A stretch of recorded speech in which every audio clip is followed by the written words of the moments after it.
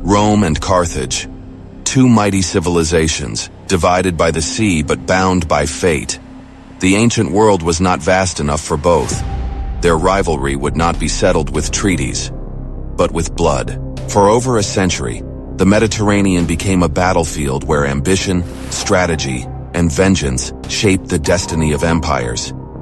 Two powers, two ways of life clashing for ultimate supremacy. Amidst this conflict, a man emerged with a singular, unbreakable vow: the destruction of Rome. Leading an indomitable army with an audacious plan, he dared to accomplish the impossible, crossing the world's deadliest mountains to strike fear into the heart of the Republic. But Rome would never bow, and in the end, only one would remain standing. Their clash would leave an imprint on history, forever altering the course of civilization. This is the epic saga of the Punic Wars.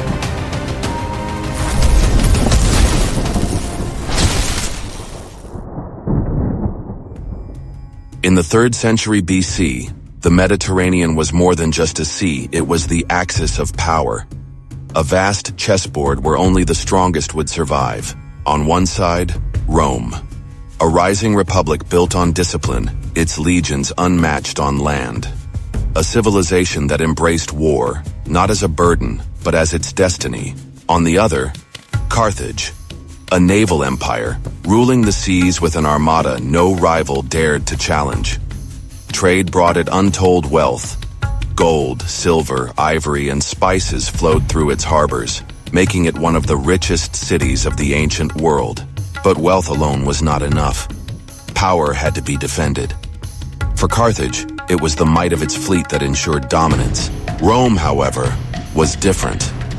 It was a war machine. Every battle honed its strategy. Every victory made its legions stronger. What began as a humble city-state had transformed into an unstoppable force, one that would never cease expanding.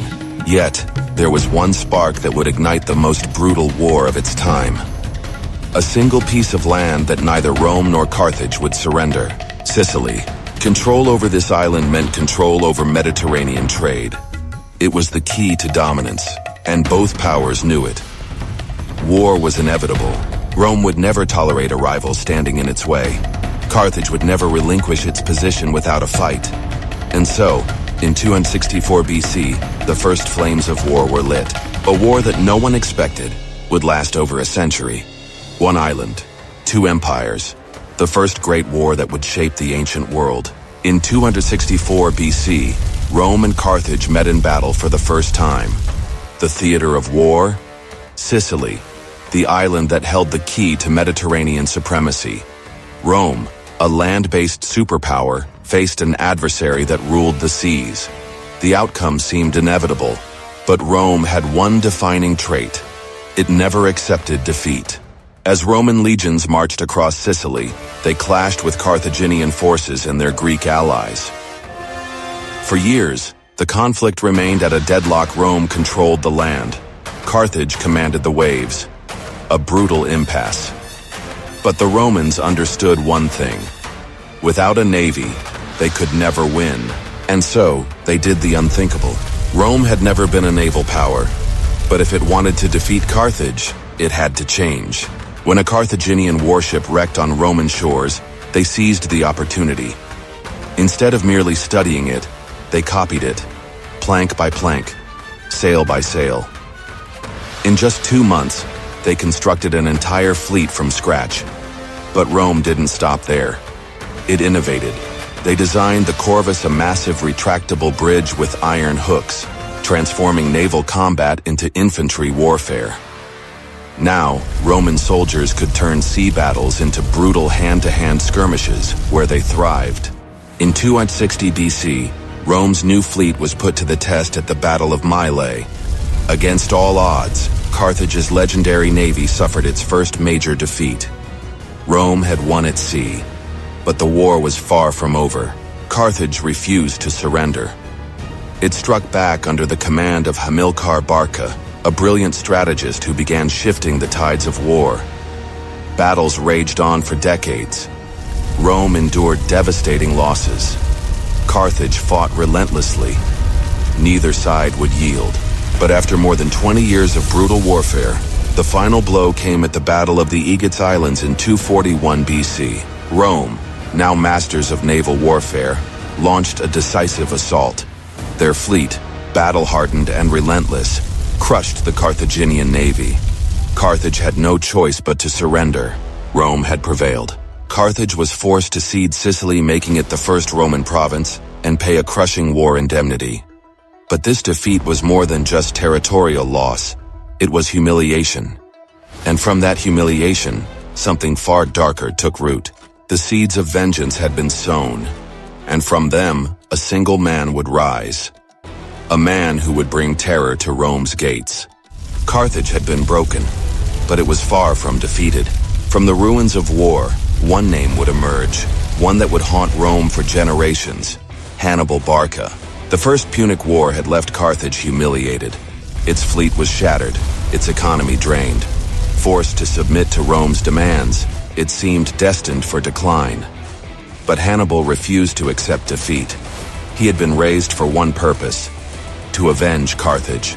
The war would not be fought at sea, nor would it be fought in Carthage.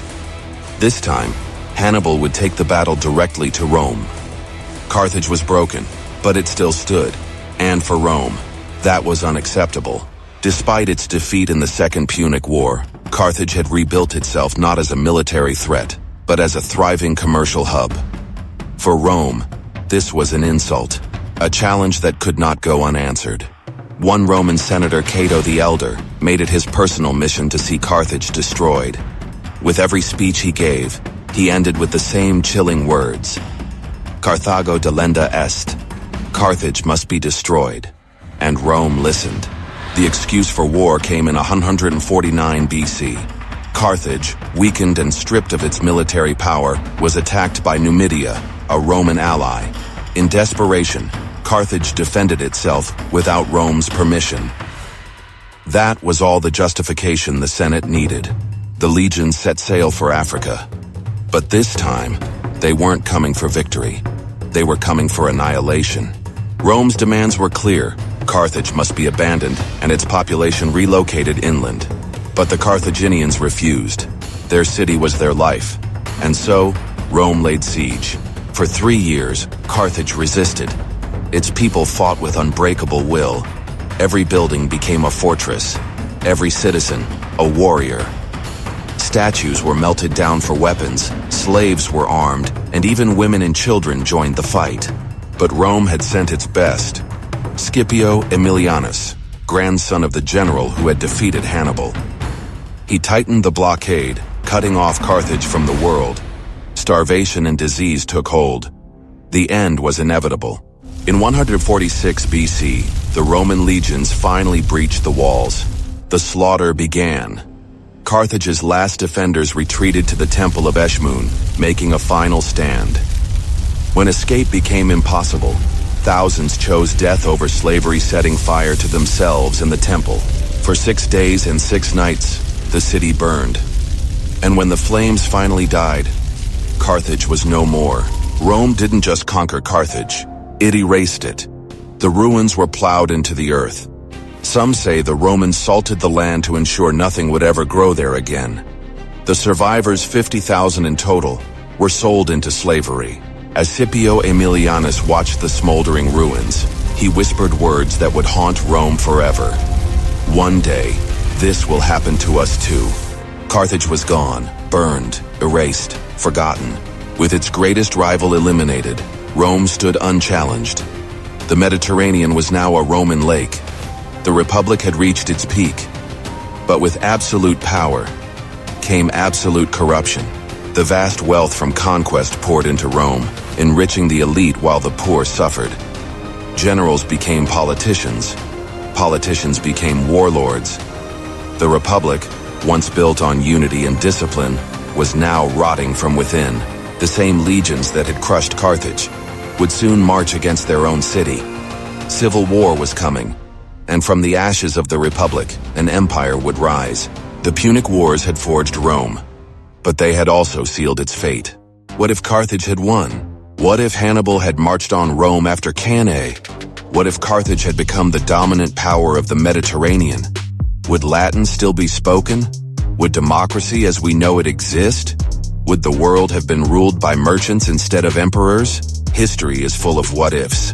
But one thing is certain.